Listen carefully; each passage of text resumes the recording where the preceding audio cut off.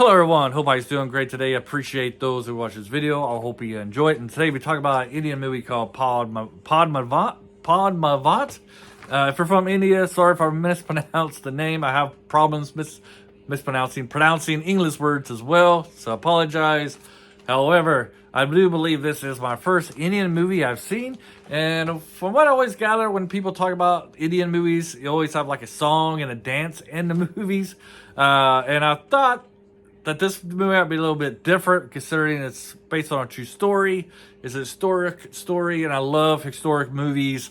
And so I was a little surprised about the singing and the dancing in this movie, which makes this review a little hard for me because I'm not really into musicals, and this is not technically a musical, but it does have like 3 musical scenes in the movie that happens about every half hour.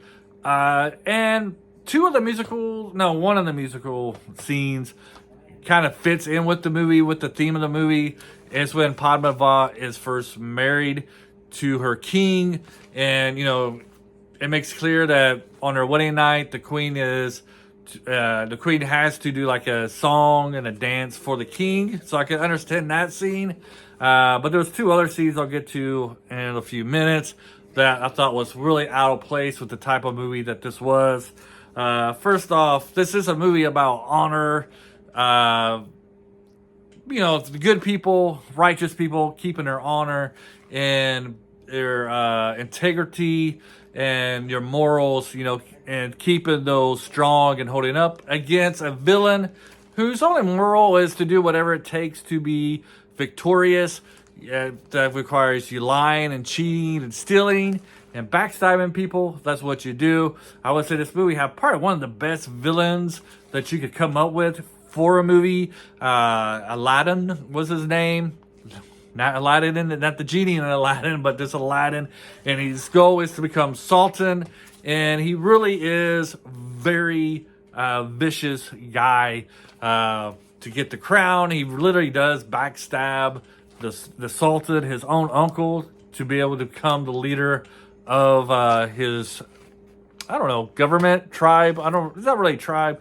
To me, when I think of tribes, like small groups of people, but he has like this huge kingdom. To become the leader of his kingdom, he literally backstabs his uncle, who's the Sultan. And when it comes to fighting the good guys, he invites him to like a truce meeting, and of course, he captures him.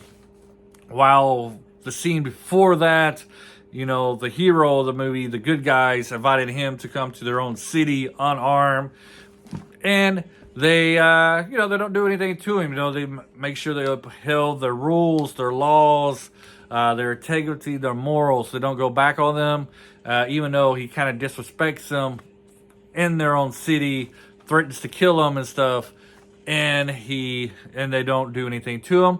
And you kind of see how when you're good, the good guys, them upholding their morals and stuff, and how this is difficult. And it's kind of like the hard way, because one of the causes of the conflict between the hero and the villain is that when the king marries his new queen, she's very beautiful.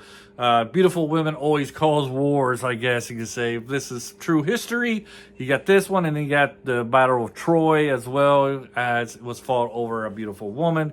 Anyways, when the king on his wedding night is marrying the queen, going to do the consummation for the queen, there's a holy man, and he wants to take a peek at the queen, and he gets caught. And instead of killing the guy, they just strip him of his titles and outcast him into the city, out to the wild. And so he roams into the villain's kingdom, Aladdin, which is a very greedy guy. If he sees something, he gets it. Whatever he wants, he has to attain it, no matter what it is or how he gets it. And so when this ex-holy man reveals this truth about a beautiful woman, who's the most beautiful woman in the world, to Aladdin, he must see her, he must have her. And that basically causes the conflict, which, the holy man is like the one guy where you really hope he gets his just desserts. You hope he really gets killed, gets punished, because he's he's just a big scumbag. With the villain of the movie, he's very much set that he is a villain, that he's a bad guy, and when he does bad things, it's just what you expect of him to do. And when the heroes kind of fall into his traps, into his lies, you're kind of like, you kind of wish the heroes would not be so prideful in their commitment to uphold justice and to their morals, which maybe that says something about me, but I also got to respect the heroes for never backing down for what they believe in. To be righteous is harder than not being righteous. It's so easy to go and do underhanded things that are basically the easy way to get your job done than being upright, righteous people. And you see this through this movie throughout, like the honor that these people have, and how easy it is for the villain to get what he wants because he's willing to lie, he's willing to cheat, and do dirty tactics to gain his power to obtain whatever he wants.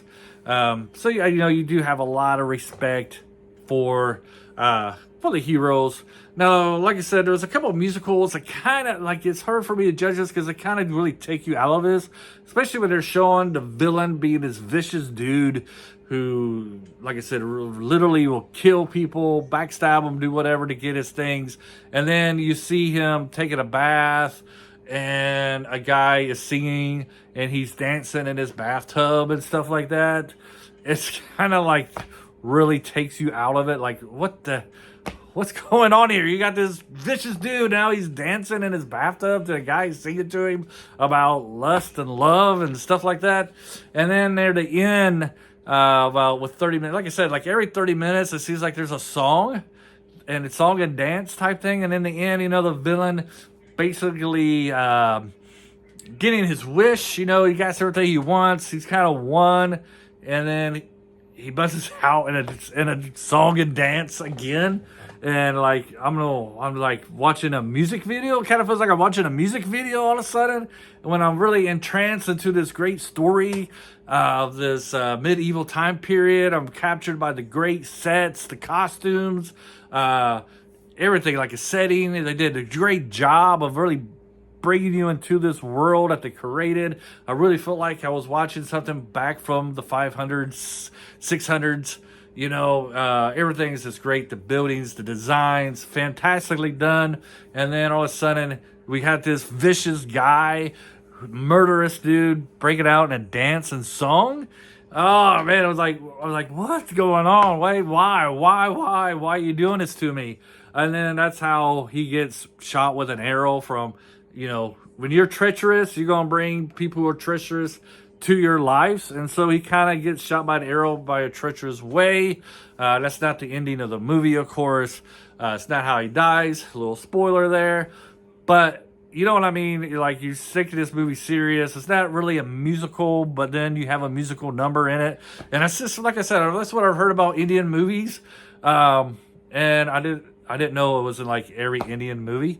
So if somebody who's a fan of Indian movies, is that how it really is? Like, it's a serious movie and all of a sudden they're singing and dancing in like a line dance. And it was just so goofy. The special song is the last song that they sing is just so goofy. And it's just like, why are you doing this to this guy? He's like, you got the best villain, one of the best villains ever in cinema, and you're making him do a song and dance. And I'm thinking it's not really a musical. Overall, though, I did enjoy this. I don't know if I guess it's an historical event, and Padmaavat, hopefully I pronounced her name right, is still held in high regards in India today for the sacrifice she did. And yeah, for the sacrifice she did and for what she did to, I guess you could say, defeat the villain. It's hard for me to say that the heroes win the movie when I don't know. This is about a 6-year-old movie, so I'm going to give you, stop it right now if you don't want to hear any. I'm going to recommend this one, but stop it right now if you don't want to hear a spoiler. It's kind of hard for me to say the heroes win when the whole city gets massacred, when every man dies and every woman commits suicide by fire. It's kind of hard for me to say that the heroes win the day when when all the villain really want to do was just see the queen with his own eyes, to see her beauty. I mean, of course, I'm imagining seeing is more than just seeing. He's actually wanting to possess her and do other stuff to her. But, you know, it's kind of hard to say that you're victorious when your whole civilization is massacred. At least that's how it's portrayed in the movie. I don't know about real life, but in the movie, that's how it's portrayed. Anyways, hope you enjoyed this video. Leave some comments below if you've seen this. Did you like it? Did you not like this movie? Have a great day. Bye.